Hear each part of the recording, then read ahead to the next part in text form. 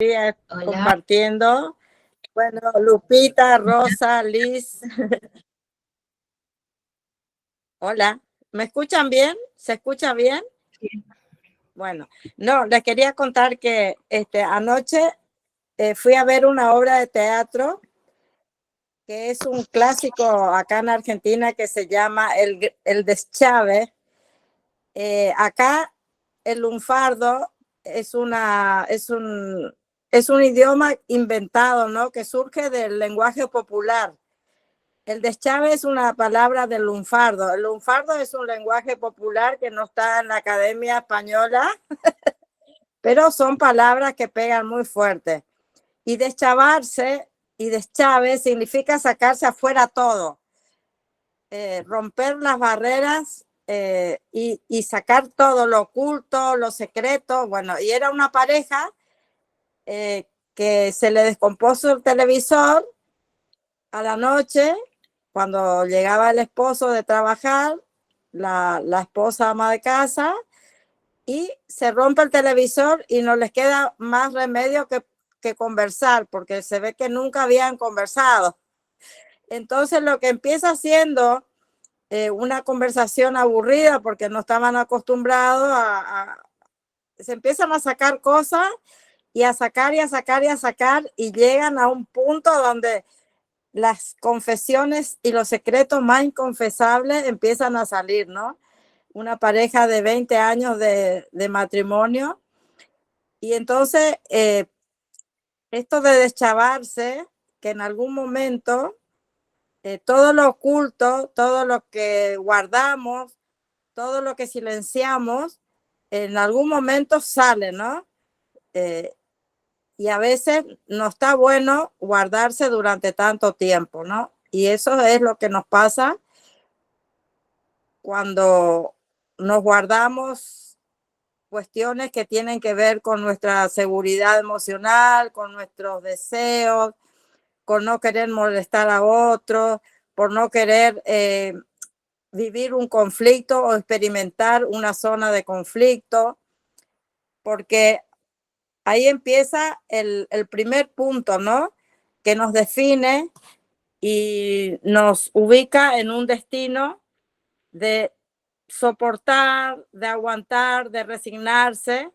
Y esto tiene mucho que ver, ¿no? Con la cultura. Por eso yo tomaba el término de desdramatizar, porque nosotros somos producto de una cultura dramática, como que la vida es un drama, como que tenemos que estar luchando siempre con situaciones de adversidad, lo cual es cierto en algún punto, y es así, porque resolvemos unos problemas y aparecen otros, pero no nos han preparado, no nos han enseñado, no nos han instruido, no nos han formateado para que esas situaciones adversas o esos conflictos eh, puedan resolverse de una manera que no impida nuestro crecimiento personal, nuestra felicidad, nuestra satisfacción y nuestra vida plena.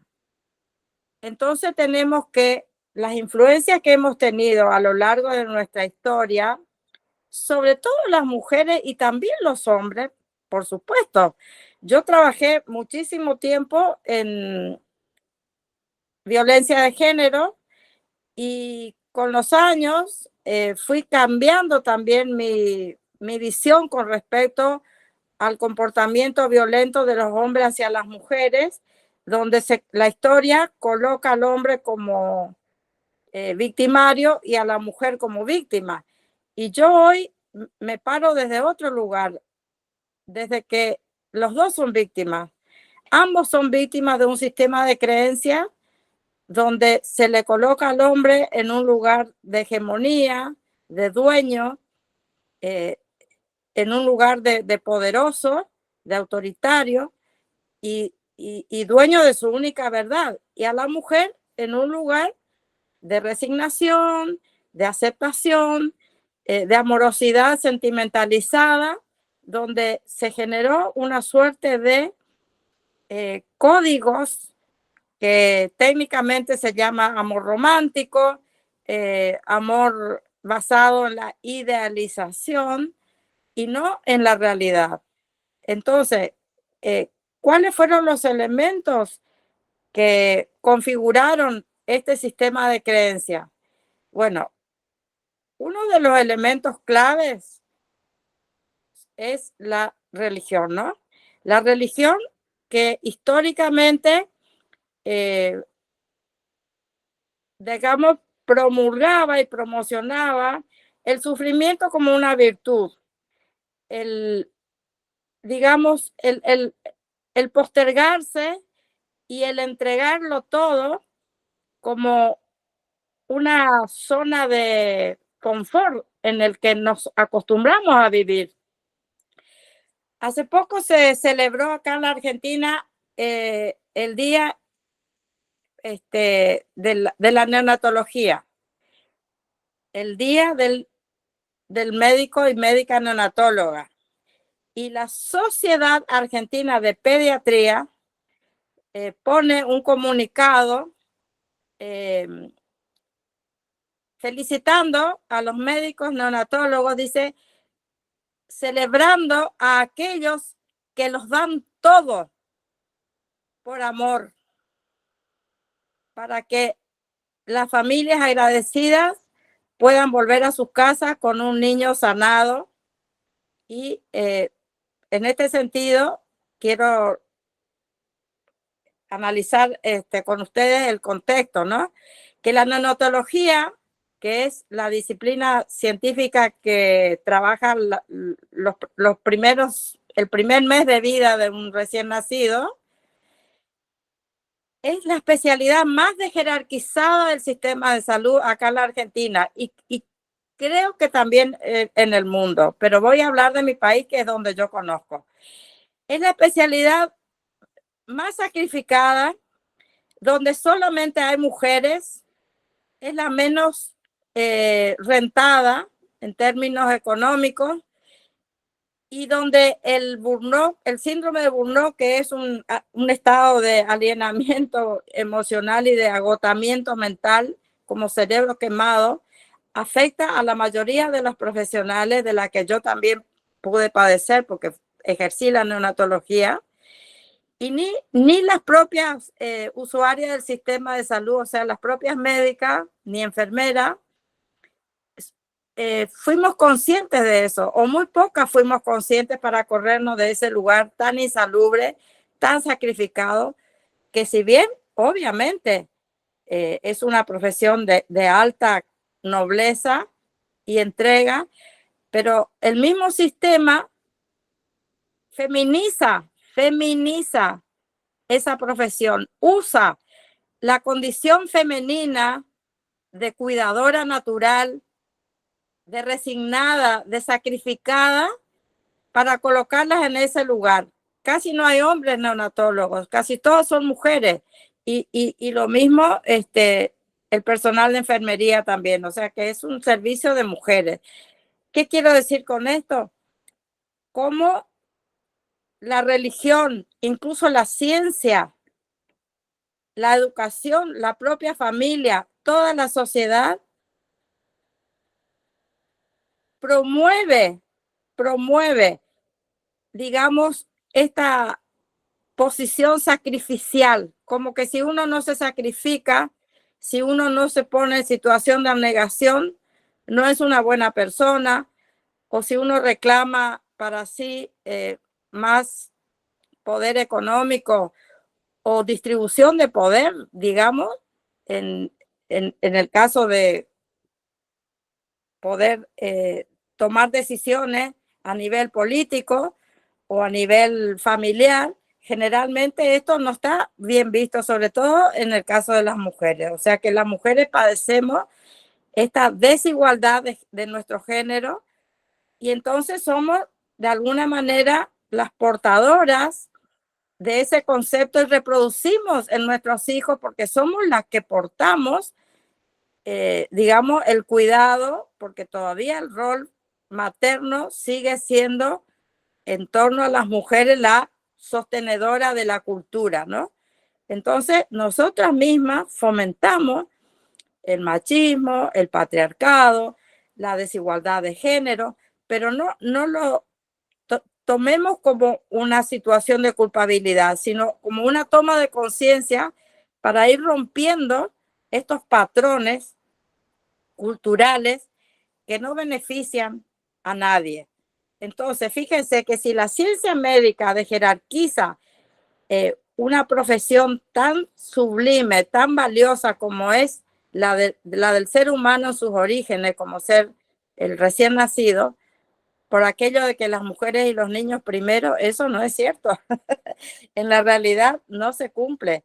O sea, en realidad las mujeres y los niños nunca estamos primero. Y entonces, realmente el dramatismo, por decirlo así, de nuestras vidas, no está en el drama mismo, sino en la falta de conciencia, en la falta de visión de esa realidad que hace que nosotros negamos. Por ejemplo, en mi caso, yo tengo 72 años. Yo tuve que pasar el síndrome de Burnout estando como médica y jefa de servicio en neonatología, gravemente afectada en mi cuerpo, para tomar conciencia de que yo estaba en un lugar que me estaba depredando, que me estaba lastimando y que me estaba llevando al otro lado, ¿no? Cruzando la línea de la vida. Entonces, tuve que hacer una reingeniería de mi vida profesional y ahí me vi como en un espejo y dije, no, nosotros tenemos que luchar por mejores condiciones laborales, por mejores espacios más amigables, más saludables para nosotros, porque ahí aparece el otro tema que tampoco a veces tomamos mucha conciencia de que el cuerpo en realidad es nuestra alma, porque también la cultura nos colocó en esa disociación de que por un lado está el alma y el espíritu y las emociones y por otro lado está el cuerpo.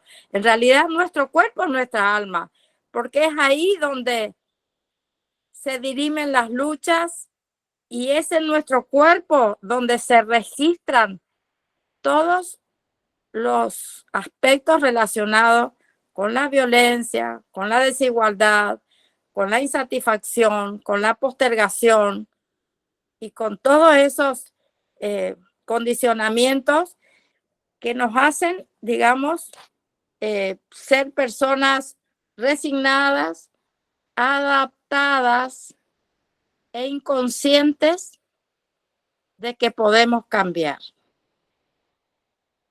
Entonces nosotros vivimos en permanente situación de insatisfacción y a veces no nos damos cuenta porque aceptamos resignadamente aquello que nos fue otorgado como un deber.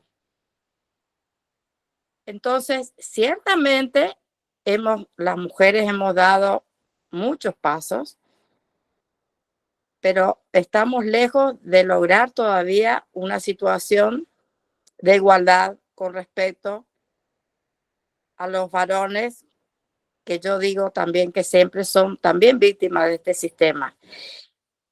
Y tenemos que lograr mirar a ambos márgenes. Y cuando digo varón y mujer, no dejo afuera la diversidad sexual tampoco. Obviamente que esto engloba a toda la raza humana con sus matices, sus condiciones, sus autopercepciones, que también están encontrando en las leyes y en la cultura también su lugar de reconocimiento y de respeto, pero que también estamos lejos de lograr el espacio justo y los derechos justos que necesitan estas personas, ¿no? Entonces, de alguna manera nos cuestionamos y por eso estamos acá. ¿Por qué estamos acá? ¿Por qué nos reunimos? ¿Por qué las mujeres nos abrazamos alrededor de esta fogata espiritual, emocional, de amorosidad y de compartir saberes e historias? ¿Por qué? A ver, alguien me dice, ¿qué nos motiva no solo hoy, sino los días anteriores, y nos va a seguir motivando y vamos a seguir cada vez más enredadas y más entretejidas en este manto que nos va a ir cubriendo a todos y que necesitamos que ese manto nos cobije. ¿Qué es lo que qué es lo que nos llama? A ver, ¿qué les parece a ustedes? Bueno, en mi caso, a mí lo que me llama a esta conexión con las mujeres es tanto cosas positivas como negativas. En lo Sí, positivo, podemos ver un match, una conexión de, no estoy sola en mi periodo menstrual, a esta persona, a esta mujer también le va igual a mí. O tenemos las mismas luchas y resistencias, o las mismas cosas nos dan alegría.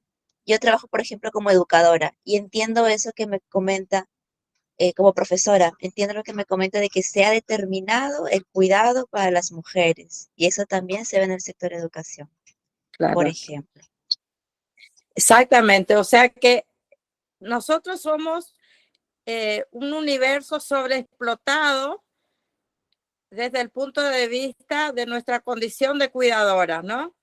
Entonces somos cuidadoras en la familia, somos cuidadoras a nivel comunitario, elegimos las profesiones que cada vez están más feminizadas y no logramos el verdadero poder, que es la distribución equitativa de los recursos, que no solamente tiene que ver con los recursos económicos, sino la distribución del tiempo, ¿sí? La toma de decisiones. El espacio de poder real es decidir. O sea, si uno no decide, no tiene poder. El poder se define como la capacidad de decidir, de elegir para disfrutar. Tres palabras claves que yo incorporé recién después de mis 50 años, después de estar en terapia intensiva donde casi me morí de agotamiento, donde casi me morí por haberme postergado, por haber descuidado mi salud, por cuidar a mi familia, a mis pacientes, por cuidar a otros, pero no lo estoy diciendo desde una posición de arrepentimiento y de victimización, porque eso me hizo iluminar mi camino a partir de ahí. Y cuando yo estuve ya recuperándome, vino alguien y me dijo, ¿qué te pasó, Betty? ¿Por qué te enfermaste así tan mal? ¿Por qué casi te moriste? Y yo le empiezo a explicar como médica que era, le digo, sí, porque yo empecé con fiebre, después me hizo una radiografía y una ecografía y unos análisis y resulta que tenía un mioma y una infección ginecológica y entonces me tuvieron que operar y entonces me complicó la operación. No, me dice, ¿qué te pasó en el alma? Me dijo, no me hables como médica. ¿Qué te pasó en el alma para que vos hayas llegado a esta situación? Y ahí me quebré, me largué a llorar y se me vino encima un montón de revelaciones y verdades. Entonces ahí yo me deschavé conmigo misma, me deschavé. Saqué afuera mis secretos ocultos, mis historias de postergación y de abnegación sacrificial inútil, porque eso no va a modificar la realidad de los demás. La que modificaba era mi realidad en sentido negativo. Y entonces y creé en ese momento un espacio para trabajar el tema de las mujeres dentro del sistema de salud. Creé una asociación de mujeres de la salud que incluía no solamente las médicas, sino también las enfermeras. Y el primer trabajo que hicimos fue una encuesta para ver el cuidado de la salud de cada una de nosotras, una encuesta anónima. Y ustedes pueden creer que la mayoría, jefa de servicio, jefa de programa, directora de hospitales, no se habían hecho los controles de salud, no tenían actualizado su mamografía, su papá Nicolau, y eran expertas en dar clases y conferencias cuidando a los demás.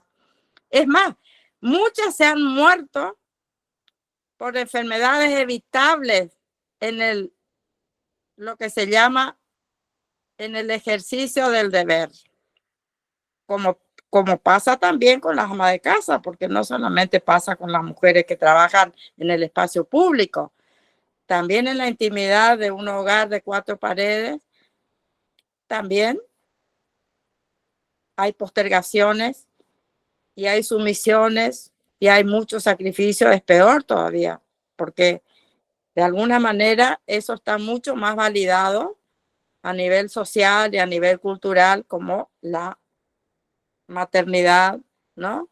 La familia, donde la foto familiar pasa a ser más importante que el individuo o la individuación. Entonces, en honor a la foto familiar, ¿cuántas de nosotras hemos postergado el conflicto conyugal y soportado estrés conyugal a niveles demenciales para preservar la foto familiar? Entonces, de todas estas cuestiones que, claro, el tiempo no da para tocar tan profundamente tantos temas que nos atañen, no solamente como mujeres, sino como humanidad, porque si bien yo trabajo con mujeres y para mujeres, obviamente que están incluidos los varones, están incluidos también todos aquellos actores intervinientes en la vida social y en la trama, ¿no?, de nuestra convivencia cotidiana, ¿no? Entonces, yo les recomiendo, por ejemplo, hay una persona antropóloga social que tiene muchas conferencias en YouTube, la pueden googlear, se llama Rita Segato, y ella hace poco vi un documental sobre su vida, se llama El lado B de Rita Segato, porque hasta ahora solo la conocíamos como cientista social, como investigadora. Ella trabajó mucho tiempo con personas en situación de encierro, en cárceles. Bueno, recorrió muchos espacios latinoamericanos y también de otros países, y es una genia para dar a conocer su mirada tan amplia sobre la situación de la humanidad, ¿no?, en riesgo. Entonces ella habla del mandato de masculinidad, que los hombres no son violentos solamente con las mujeres, ni que el objetivo no es la mujer, sino el objetivo es demostrar a otros hombres lo machos que son, y lo fuertes, y lo autoritarios, y lo exitosos que son. Entonces son capaces de hacer cualquier cosa, entre ellos la violencia hacia las mujeres, como una pancarta de decir, bueno, yo soy poderoso. Entonces son portadores de ejemplo para otros hombres. Entonces, el ejemplo, por eso esto que estamos haciendo nosotros entre mujeres, es ejemplificador, porque cada mujer que da un paso hacia su liberación son miles de pasos para otras mujeres. Uno a veces piensa que lo que uno hace es pequeño, es poca cosa, son pocas mujeres. Por ejemplo, esto que hacen ustedes, este espacio, no importa cuántas sean, pero el hecho de que estén trabajando para una mujer, para 2 mujeres, para 3 mujeres, es un trabajo cósmico, es un trabajo multidimensional extremo que abarca toda la Tierra. Ay, ay, ay, ay, ay. Entonces no tenemos que cerrarnos en que ay, hoy solamente fuimos 3, solamente fuimos 2, solamente fuimos 5, porque cada una que dedica una hora o menos de su vida para mirarse en su propio espejo y espejarse con otras mujeres y enredarse en una revolución, porque esta es la verdadera revolución. Esta es la verdadera belicosidad. Estas son las verdaderas armas, misiles hacia el corazón de la vida que injustamente nos hicieron creer y nos hicieron vivir que no vale la pena, que es un drama, que los conflictos, que los dramas están ahí. Claro que están, pero nosotros alimentamos también esos dramas al no tomar conciencia temprana y no esperar como en el de Chávez 20 años de matrimonio porque el televisor se rompió y porque no tenemos otra cosa que hacer que hablar. La gente ya no habla, no se comunica. Entonces hay muchas maneras de hablar. Y si uno tiene mucha timidez y mucho miedo de hablar, escribe. No hace falta ser literata, poeta, lingüística. Uno escribe con lo que aprendió en la primaria. La letra más sencilla es la que más grafica nuestra forma de pensar, nuestra forma de sentir y nuestra posibilidad de abrir puertas para nosotras. Porque si nosotras no abrimos nuestras puertas, que más que puertas son compuertas que frenan la corriente. Una vez que se abren esas compuertas y fluye como catarata todo lo que tiene que correrse. Entonces, escribir. Entonces, esa es una herramienta valiosísima.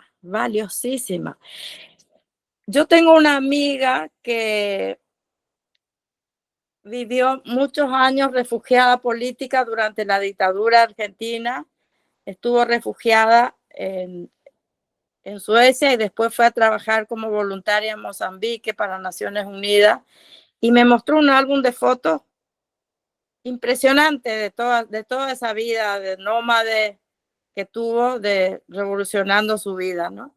Y le digo, Silvia, tenés que escribir esto porque es una pena que se pierda esta historia. Me dice, yo no sé escribir, yo no tengo talento, me dice, para escribir. Bueno, le digo, ¿sabes qué? Escribí así en trazos gruesos, mándame y yo te ayudo y lo armamos.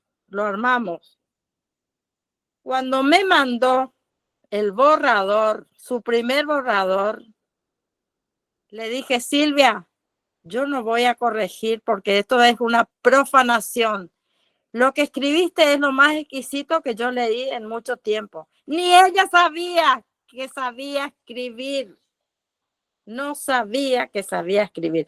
Y ahora se anotó en un taller literario y ya lleva como no sé cuántos capítulos de su libro.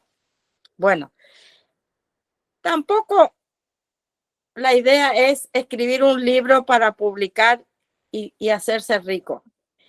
Mejor dicho, sí, es para publicarse, hacerse rico, pero rico en ganancia emocional para nosotros, en créditos para nuestra vida, que no se mide en plata, en dinero, pero sí en crecimiento, que eso no tiene precio, que esa también es otra cuestión que la cultura nos negó, que crecer y producir y ganar es solamente dinero. Obviamente que el dinero es necesario, porque sin el dinero no podemos comer, no podemos viajar, no podemos hacer... Yo no podría estar acá si no tuviera la tecnología, no sé, hasta mi velita tuve que comprar. Pero de alguna manera lograr que todos los recursos estén al mismo nivel de importancia, donde el recurso económico no sea más importante que el recurso emocional o el recurso de las relaciones humanas, de los vínculos. Si nosotros nos ponemos ahora a pensar en cuántas de nosotras postergó encontrarse con amigas para esto, para hacer una meditación en conjunto. A ver, ¿qué piensan ustedes? ¿Cuántas mujeres se juntan, yo no digo para festejar un cumpleaños, o para celebrar un aniversario de lo que sea, o la inauguración de una casa o un logro. Juntarse para meditar y para revolucionar nuestra vida. ¿Cuántas de ustedes conocen que se toman el tiempo? ¿Y cuánto les llevó a ustedes tomar conciencia de este tiempo valioso?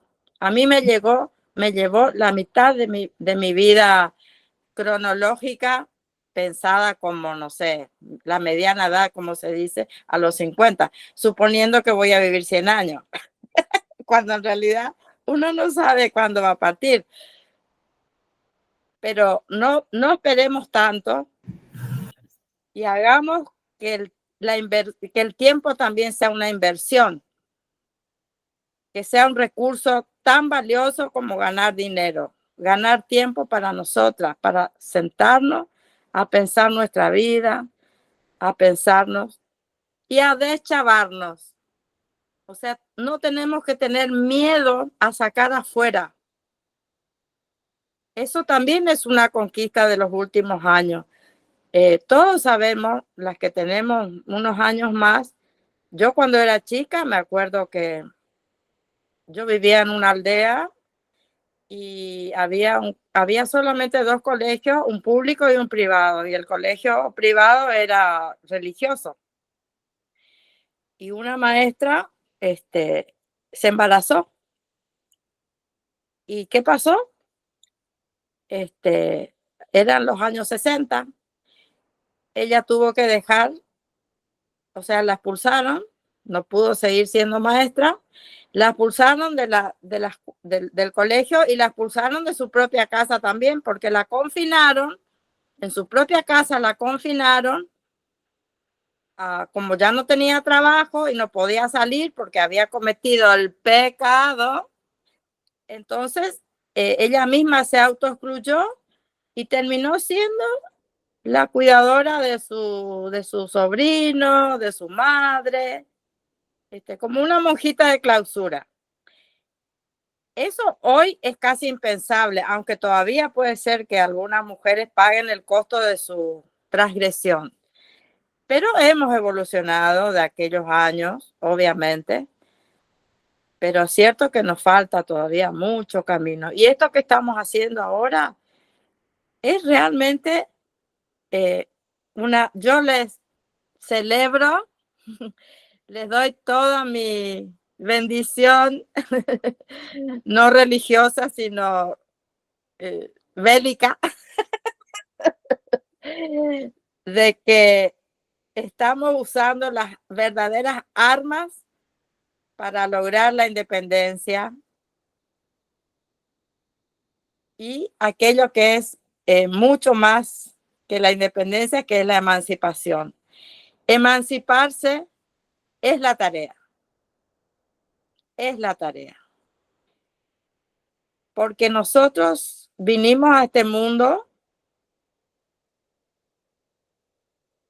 para disfrutarlo, para vencer nuestras adversidades con herramientas que nos permitan que esas adversidades no nos dejen sepultadas, porque ciertamente sabemos que muchas mujeres todavía están padeciendo situaciones de mucha injusticia y que no son conscientes, porque yo les cuento, volviendo al punto, que no quiero autorreferenciarme tanto, pero de lo que mejor puedo hablar es de mí misma y contarle esta historia. Entonces, para mí, no lo hablo desde mí, sino no tomen en cuenta la persona, sino la anécdota y el análisis de esa situación. Yo creo, cuando yo me recupero de aquella patología tan grave que casi me muero, armo un espacio de lucha colectiva con las mujeres del sistema de salud para lograr mejorar y luchar, adquiriendo mejor reivindicaciones y derechos, para empezando porque nos paguen mejor, porque seamos más, porque éramos muy pocas para cada vez más trabajo, nunca nombraban más gente. más médicas, más enfermeras, mejores recursos, mejores salarios. Había hecho un cálculo para que las mujeres que tuvieran hijos de menos de 5 años no hicieran guardias de 24 horas, sino solo de 12, pero que les paguen por 24 horas. Eso, por supuesto, a la dirección del hospital y al ministerio le pareció una locura, pero a la locura que le pareció eran a las propias médicas y enfermeras. No pude lograr que esa asociación de mujeres médicas progresara, porque venían a las reuniones, se emocionaban, aplaudían, hasta lloraban, pero volvían a sus lugares de trabajo a seguir siendo la misma abejita, hormiguita, sacrificada. ¿Por qué no podían enfrentarse? Y entonces yo les cuento a una de mis maestras que me aparecieron en la vida, porque como dice el dicho, cuando está la discípula aparece el maestro o la maestra. Yo estaba en ese camino de aperturar mi mente y me aparece una maestra muy capaz en cuestiones de mujeres, de género. Fue la primera rectora de la Universidad de Misiones, una ilustrada mujer que sabía de todo. Y le digo, Marta, ¿por qué no puede progresar mis reuniones con las mujeres? ¿Por qué todas vuelven al mismo lugar y a trabajar y a seguir siendo las mismas? Y no puedo lograr. Hasta hice una murga, un teatro para trabajar la injusticia de género dentro del sistema de salud en neonatología. Y me dijo, Marta, ¿sabes por qué, Betty? Me dijo, porque si no pelean en su espacio íntimo, no lo van a hacer en el espacio público. Dejar de trabajar la injusticia en el espacio laboral y con los directores y los ministros y los machos del sistema de salud, que son todos autoritarios y machistas y patriarcales.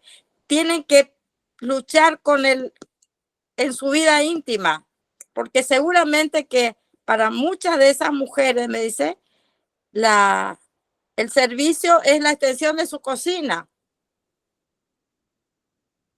Viven en el espacio público la misma opresión que viven dentro de su espacio público. Y son esclavas del marido, de los hijos, de la suegra, de las comadres. Esclavas en el sentido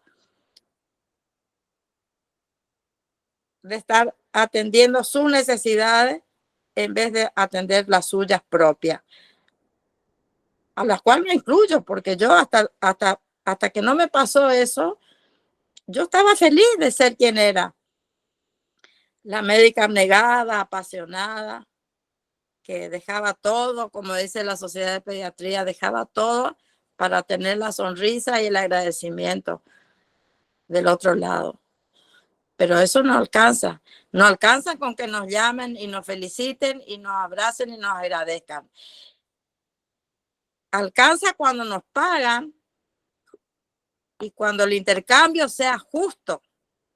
Bueno, que no nos paguen más, está bien, pero por lo menos que tener más horas, trabajar menos horas, tener mejores licencias, sobre todo madres, como les decía, que tienen hijos menores de 5 años. Y no lo hemos podido lograr. Y mis compañeras, y si alguna se entera de este video y me van a dar cuenta que estoy casi haciendo una denuncia y ninguna se puede enojar, de estas ya murieron más de una, más murieron jóvenes y bueno, y otras están ahí al costado de una vida de desarrollar plenamente sus potenciales. Entonces cuesta, y uno no puede despertar, no puede forzar el despertar a otras mujeres. No se puede forzar. Entonces, quizás uno con el tiempo aprende también a respetar los tiempos de las mujeres y a respetar que cada una tiene su ritmo y su momento. Y entonces, ¿qué herramientas podemos instrumentar? Yo ya les había compartido una de ellas, que era el escribir, ¿no? Al final me parece que el deschave de mi teatro anoche fue para mí lo más pedagógico para empezar a trabajar esto de que las mujeres tenemos que sacar afuera, sacar afuera, sacar afuera. Al principio capaz que nos cuesta. Entonces tomar un cuaderno y todos los días escribir algo de lo que me pasa, de lo que necesito, de lo que deseo, con las palabras más sencillas que uno puede. Esa es una herramienta poderosísima. Y a medida que pasa el tiempo, uno va viendo que si lo que escribí hace un año o hace 6 meses, lo vuelvo a escribir ahora. Yo digo, esta es la mujer que escribió esto, por Dios. Yo hoy no escribiría eso, pero también abrazar a esa mujer que estuvo en ese momento un poco dormida o muy anestesiada, que también es otra herramienta que tenemos que usar las mujeres. No juzgar a aquella mujer idiota, obtusa, dormida, sufrida, negada, que fui por boba. No, yo no soy ninguna de esas cosas. Yo fui lo que tenía que ser en ese momento de acuerdo a mis patrones, de acuerdo a mis sentimientos, y abrazar a esa mujer, no culparme y mucho menos arrepentirme. Decir, ay, todo el tiempo que perdí con esta pareja tóxica, con esta vida insatisfactoria, ¿cómo yo pude no tener los orgasmos que yo merecía? Bueno, querida, no merecía, pero ahora sí lo mereces y ahora sí lo estás disfrutando y enhorabuena. Y cuando digo orgasmo, ya entramos en el terreno más delicado y más controversial, ¿no? Que tampoco significa que uno puede ir por la vida procurándose orgasmo a cualquier precio y de cualquier manera. De repente, también puedo escribir, ¿qué tipo de orgasmo yo quiero? ¿Qué tipo de relaciones? ¿Qué tipo de encuentro yo quiero y merezco? Bueno, puede ser que sea, ¿por qué no? Yo no quiero un marido, no quiero una pareja, no quiero compromiso, yo quiero pasarla bien y punto. Está bien, si eso es lo que tu alma en este momento quiere. También aceptar que en esas cuestiones las mujeres tenemos también una diversidad de formas de expresar nuestro deseo. Y tampoco podemos juzgarnos a nosotras mismas y menos juzgar a otra mujer, porque cada una tiene su proceso, su lenguaje, su modo de relacionamiento. Y lo bueno y lo maravilloso y lo mágico es que podemos seguir cambiando de piel, pero esos cambios solamente se dan a partir de un profundo autoconocimiento. ¿Y cómo podemos lograr eso? Con la meditación, con la reflexión, tomándonos tiempo para nosotras. Y esto que estamos haciendo ahora, este es un ritual increíble, porque lo más difícil es cambiar los patrones. Porque nuestro aparato psíquico está compuesto por distintas áreas de nuestro cerebro que funcionan para determinadas cuestiones, donde tenemos, así a grosso modo, lo consciente y lo inconsciente. A nivel consciente es uno adquiere rápido. Yo a nivel consciente aprendo rápido mejores hábitos saludables para mejorar mi alimentación, para mi relación con el alcohol, para mi relación con mi trabajo. Aprendo las leyes que me benefician y entonces yo trabajo mi empoderamiento para exigir que esas leyes estén a mi alcance. Puedo hacer terapia, puedo hacer, en fin, 1000 cosas que a nivel consciente voy incorporando como saberes, pero después digo, ¿y de qué y no puedo trasladarlo a mi estilo de vida? Sé muchas cosas, tengo muchos conocimientos, pero mi vida hace agua porque a la hora yo sé, por ejemplo, leer las señales de una relación peligrosa o tóxica, pero sin embargo me vinculo con hombres de riesgo. Pero ¿cómo puede ser? Si yo me leí Evite ser manipulada, me vi todas las películas, me hice todas las terapias, ¿y por qué estoy con este idiota que me hace sufrir, que me maltrata? ¿Cómo puede ser que no sea yo todo lo inteligente que soy para que haya una correspondencia en mis hábitos de vida? Y porque a nivel inconsciente nos cuesta cambiar. Uno puede a nivel consciente tener todo claro, o todo no, pero la mayoría de claridad en muchas cosas, pero que nos cuesta trasladar a nuestra vida cotidiana y a nuestro estilo de vida, porque el inconsciente tarda mucho en enterarse, tarda mucho en cambiar. Entonces, un dolor, una herida emocional, un trauma que se graba en el inconsciente, solamente podemos destrabar o desdramatizar a través de rituales, como esto que estamos haciendo. Otro ritual también es, como les decía antes, escribir. ¿Por qué la iglesia usó mucho tiempo las ceremonias, los rituales? Porque eso crea en el inconsciente colectivo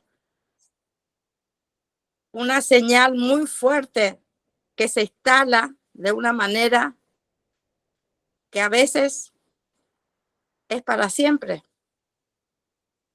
Entonces, trabajar los rituales, y por ritual no estoy refiriéndome solamente a hacer una ceremonia alrededor del fuego o una meditación vestida, no sé, de una manera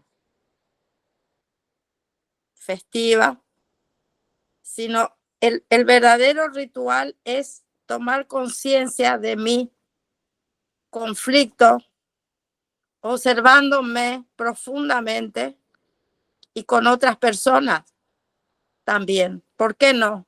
Yo he hecho cambio a partir de una conversación con otras personas. He hecho cambios profundos en mi vida, porque también la comunión con otras personas, y en este caso, por eso vuelvo a recalcar lo valioso que es este espacio que ustedes están logrando. Lo increíble, primero porque no es común. Vamos a convenir que si hubiera un Zoom para trabajar, no sé, un marketing para monetizar un talento o para aprender a progresar en cuanto a determinadas disciplinas, y seguro que va a haber 70, 80 inscriptos. Porque juntarse para reflexionar sobre nuestra vida, enredarnos en una comunión para compartir nuestras experiencias y tratar de avanzar en crecer y en progresar internamente, algo que no se ve, claro, no se ve desde afuera, no es visible, no es mensurable. Entonces todo lo que no es visible, no es mensurable, está muy devaluado en este mundo individualista, capitalista, consumista, inclusive en cuanto a la salud. Lo que no se ve lo que no está basado en evidencia científica no sirve. Y en ese caso yo tengo tanta historia en mi vida profesional como médica de gente que nunca pasó por la universidad y que son personas sanadoras, que tenían el poder de sanar y que tienen. Más de ustedes, más de una de ustedes también van a conocer. O gente que maneja sabidurías originarias que son capaces de preparar medicina real. Pero eso recién ahora, tímidamente, la Organización Mundial de la Salud está incorporando como saberes, pero muy tímidamente. Claro, porque eso previene la salud y el sistema prefiere gente enferma que gaste tecnología, que gaste medicamentos. Por eso las terapias intensivas, donde hay mucha circulación de tecnología y dinero, son las más jerarquizadas dentro del sistema de salud. Y el médico clínico, el médico generalista, la medicina preventiva está muy devaluada, a veces por los propios pacientes, por los propios usuarios del sistema. Que si no te recetó un medicamento o no te prescribió una práctica, una radiografía, una tomografía, una ecografía, parece que no es un acto médico trascendente. Como que uno mismo, el mismo usuario o la usuaria trivializa a veces el acto médico cuando no está acompañado de una receta, de una prescripción, de una indicación, ¿no? De una práctica. Entonces nosotros estamos atravesados todos por esta cultura medicalista y consumista a todo nivel. Bueno, entonces no sé cuánto tiempo nos queda para tocar algún tema más. Considero que también se debe abrir un espacio de preguntas, Sí, quizá por eso, algunas por eso chicas. Sí.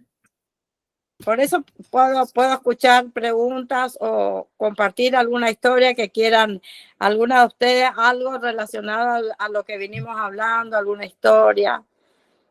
Yo tengo una curiosidad si va a hablar más de herramientas y me tocó mucho esto que dijiste con relación a lo que guardamos.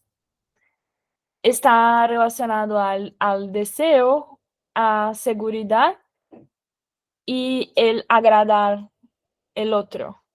Sí, exacto. Bueno, lo que guardamos, por eso decía yo que el cuerpo es el alma, porque en el cuerpo se registran, cada vez que tenemos algún problema de salud, tenemos que pensar qué nos está diciendo nuestro cuerpo, qué nos está señalando ese problema de salud que se instala en algún órgano. Obviamente no todas las enfermedades. Hace poco falleció una colega que fue a Sri Lanka, se pescó un virus, porque claro, uno va de viaje a un lugar donde nuestro ecosistema y nuestra inmunidad no está preparada para vencer y para resistir a un germen o a un virus de otro lugar, ¿no? Entonces se pescó uno de esos virus raros y volvió con una afectación en sus pulmones. Bueno, hay enfermedades que no siempre tiene que ver con que uno habilita para la enfermedad. Tampoco podemos ser tan extremos, pero estoy hablando de sin generalizar, sino tomando con especificidades, por ejemplo, problemas de salud que tienen que ver con lo que antes se llamaba psicosomático, ¿no? Que es cuando las mujeres, por ejemplo, están pasando un estrés conyugal, un estrés familiar y empiezan que tienen taquicardia, que tienen problemas gastrointestinales y van al médico, y la historia clínica al día de hoy, la medicina no contempla el estrés conyugal como un diagnóstico que merece tratamiento y que tiene un pronóstico. Todas las enfermedades tienen un diagnóstico, un tratamiento y un pronóstico. Pero el estrés conyugal no entra dentro de eso. Sí, el cáncer, la neumonía, obviamente, afecciones que son tipificadas médicamente, pero el estrés conyugal no figura como causa de enfermedad que amerite un diagnóstico, un tratamiento y un pronóstico, ¿no? Y que no significa que todo estrés conyugal tiene que seguir de divorcio. La terapia, no estamos hablando de eso. Estamos hablando de abordar el conflicto, porque la mayoría de las parejas, quizás con un deschave, con simplemente comunicarse y hablarlo en términos de madurez emocional, donde no necesariamente se convierte en una esgrima, ¿no? Intelectual, donde a ver quién grita más o quién tiene más razón. Que es otra herramienta también que tenemos que incorporar. El poder dialogar, el poder comunicarnos. Porque ¿qué significa una comunicación y un diálogo maduro emocionalmente? Tenemos que saber la definición. ¿Qué significa? Significa atacar el conflicto y no atacar a la persona. Porque ¿qué es lo que hacemos cuando estamos enojados o cuando sacamos afuera un conflicto? Atacamos a la persona. Porque vos sos un tacaño, porque vos sos un miserable, porque vos no me dejás trabajar, porque vos me obligás que yo tengo que trabajar, me tengo que hacer cargo de la... Son inconscientes. No tenés un desconsiderado, porque vos no ves que yo me levanto temprano, tengo que ir a trabajar, tengo que hacer la comida, tengo que lavar esto, ocuparme de los chicos, y vos no te ocupás, vos no colaborás, vos. Y entonces ahí empieza. Ahora, qué distinto sería, a ver cómo podría ser dirimir esto en otros términos. A ver, en vez de atacar a la persona, atacar un conflicto, ¿cómo sería?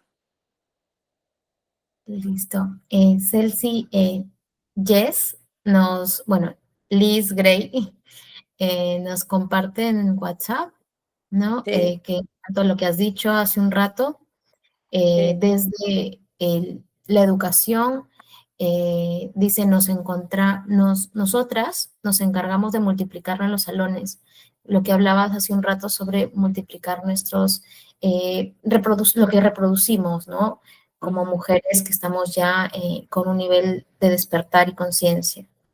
Y de ahí, Jess, antes de irse, nos dice: compitas, gracias por el espacio, comparto lo que la compi Celsa nos comenta, desde Chiclayo, ¿no? La región donde también es Mechita. Las mujeres organizadas hacemos resistencia en nuestros territorios usando los espacios de para autocuidarnos. Y hoy te van a tener su segundo encuentro y que nos abraza fuerte, y por eso también ya se retiró, ¿no? Entonces, sí, en efecto, hay diversas formas, ¿no? Creo yo, de organizarnos, diversas formas de autocuidarnos. Y hay algo clave que tú has dicho, ¿no? El cómo de desaprender, ¿no? Y reaprender a través de los rituales, ¿no? Para mí es muy importante, porque cuando paso las cosas por el cuerpo siento que se instalan, ¿no? Entonces, por ejemplo, cuando dejo de meditar, ya mi cuerpo se altera, ¿no? O por ejemplo, cuando dejo de conectarme, de respirar conscientemente, siento que incluso comienzan a quejarme cosas de salud que supuestamente ya las tenía superadas. Entonces, y es como que si el cuerpo te dijera: oye, hay algo que no estás haciendo y que te hace bien y que yo me estoy acostumbrando, pero que tú ya lo estás dejando y entonces retomamos otras cosas del pasado, ¿no? Y es como tenemos que llegar a un nivel de conciencia a través de los rituales también para generar nuevos aprendizajes y siempre a través del cuerpo, ¿no? Porque creo que ahí es donde sí funcionan las cosas. Sí, inclusive hay un dicho que circula por ahí que dice que lo que no te pasa por el cuerpo, vos no lo aprendés. Si no te pasa por el cuerpo, no lo asimilás, no lo comprendés, no lo cambiás. Y es cierto. O sea, te pasa, por eso hay que escuchar. El cuerpo tiene su lenguaje. O sea, cuando el cuerpo te dice, para, algo no me gusta, o esta situación me desagrada, uno siente en el cuerpo.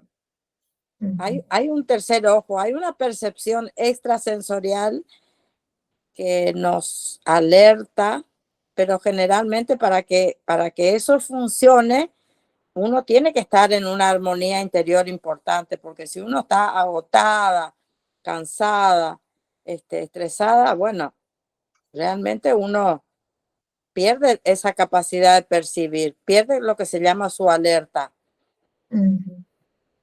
Sí. Y hay otra cosa que a mí también me gustó mucho de todo lo que has compartido el día de hoy. Bueno, dos cosas que bueno, son varias, ¿no? Pero una de ellas, lo que decías, venimos a este mundo a disfrutarlo, ¿no? Y eso yo lo engrano con el poder de decidir, de disfrutar. Lo que dijiste al principio nomás, ¿no? Entonces, Sí. bien es cierto. En la fe que profesemos, quien fuere lo que fuere, venimos a este mundo y siento que todo ya está servido, o sea, todo lo tenemos para disfrutarlo, desde el respirar, desde el caminar, todo lo tenemos. Ahora, el poder decidir hacerlo, creo que es lo que nos cuesta, ¿no? Por todos los mandatos que nos han impuesto a través de la cultura, ¿no? Claro. Entonces, y, y sí, me gustó mucho que también hables sobre eso, ¿no? Que hay que tener y reconocer que todo tiene que estar en equilibrio en cuanto a los recursos, ¿no? Entonces, un recurso espiritual, estar en equilibrio emocional, también tiene que estar armonizado con nuestros recursos económicos, porque si algo decíamos hace un tiempo y creo que lo compartimos en algún momento, Ceci, es que uno no puede meditar tranquilo con hambre. Claro, exacto. Entonces, si tú no tienes los recursos económicos satisfechos, tú no vas a poder tener la tranquilidad para poder meditar o simplemente decir, hoy ahorita voy a hacer yoga porque te falta tiempo para generarte, o sea, para cubrir tus necesidades básicas, ¿no? Y entonces, por ahí eso de ese equilibrio del que tú hablabas, de reconocer que todos los recursos deben estar al mismo nivel, me pareció muy importante, porque finalmente, si queremos que las mujeres de una u otra manera nos emancipemos, como bien mencionaste, no podemos hacerlo si es que estos recursos no están a un mismo nivel. Tal cual, exactamente. Y vuelvo a recalcar que tomarse el tiempo para escribir todos los días, eso es un ritual, es una meditación y es muy sanador y muy positivo, porque uno, antes se acuerdan que había así el famoso diario, ¿no? Incluso te regalaban un diario con una llavecita, ¿no? A alguien se le antojó y qué bueno que estuvo eso para las jóvenes, ¿no? Te regalaban, ¿se acuerdan? El diario y era una práctica interesante. Pero bueno, creo que poder escribir un diario de la vida de uno, aparte tomarlo como un juego también, no como una obligación, ¿viste? Sino hacerlo como un juego, porque esa es otra cosa también que otra herramienta que es jugar, el juego. Y yo me remito, por ejemplo, al teatro. Por ejemplo, los chicos no arreglan su habitación, dejan todo tirado, no lavan su taza y son chiquitos. Y a veces los padres los regañan de tal manera que en vez de lograr que el niño pueda cooperar, logran el efecto contrario. Entonces, desde el juego se puede estimular y educar a los niños desde el juego. Con el juego se puede lograr muchas cosas en los niños que el regañarlos, el estar permanentemente conflictuándolos con temas así tan básicos y tan cotidianos, donde a veces se enrarece el clima y pasa a ser, no sé, una batalla campal, ¿no? Lograr que los hijos puedan aprender determinadas cosas, hacerlos del juego, ¿no? Porque tenés que aprender a cocinar, porque cuando te vayas y no esté tu mamá, no, jugar con ellos, jugar, darle elementos para que puedan aprender que son técnicas tan sencillas. ¿Cuántas cosas nosotros, todavía el trabajo, por ejemplo, todavía el cocinar está visto como una tarea desvalorizada? Cuando para mí, por ejemplo, el cocinar es un ritual casi sensual, erótico, si se quiere. Pero hay otra gente que dice, no, a mí no me hagan cocinar como si fuera un logro. Y se está perdiendo. ¿Por qué? Porque nos metieron en la cabeza que cocinar es tener alma de fregona. Entonces, bueno, claro, ¿viste?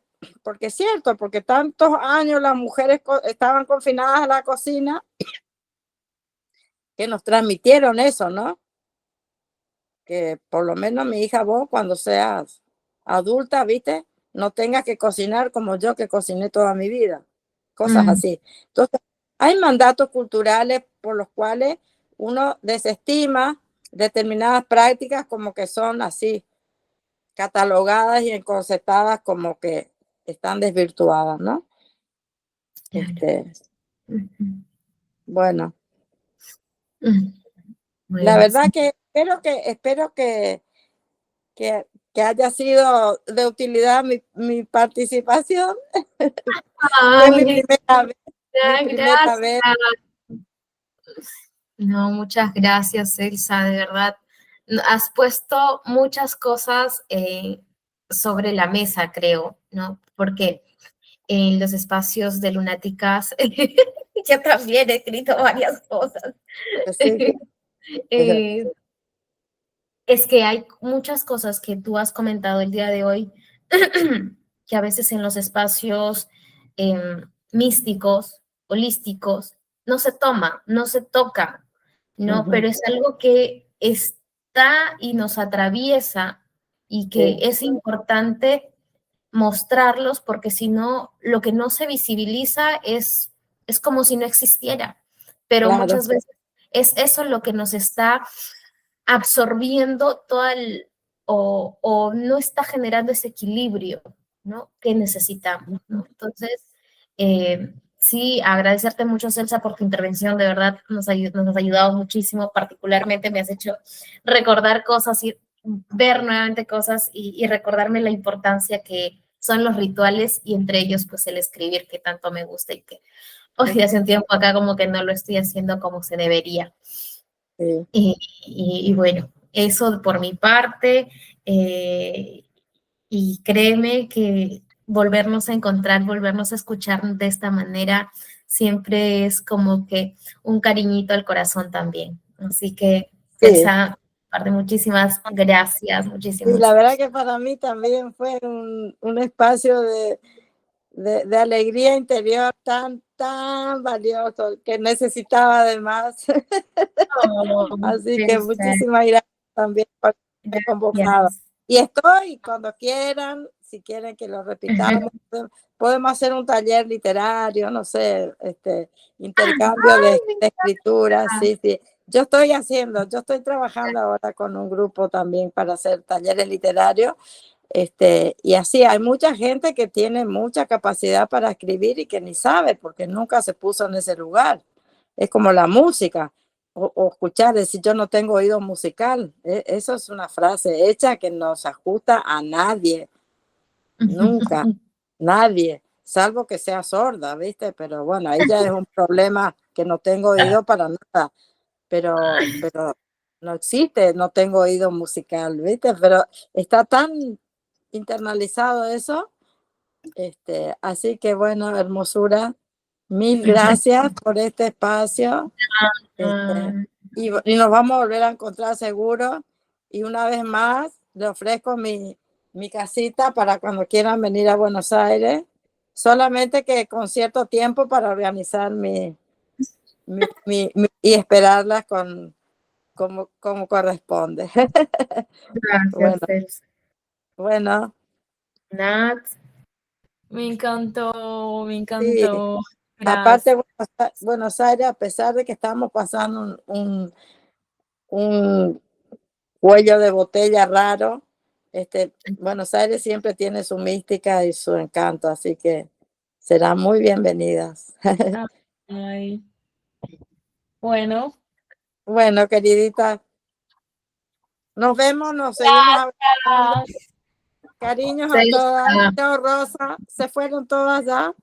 sí, ya las chicas se fueron retirando.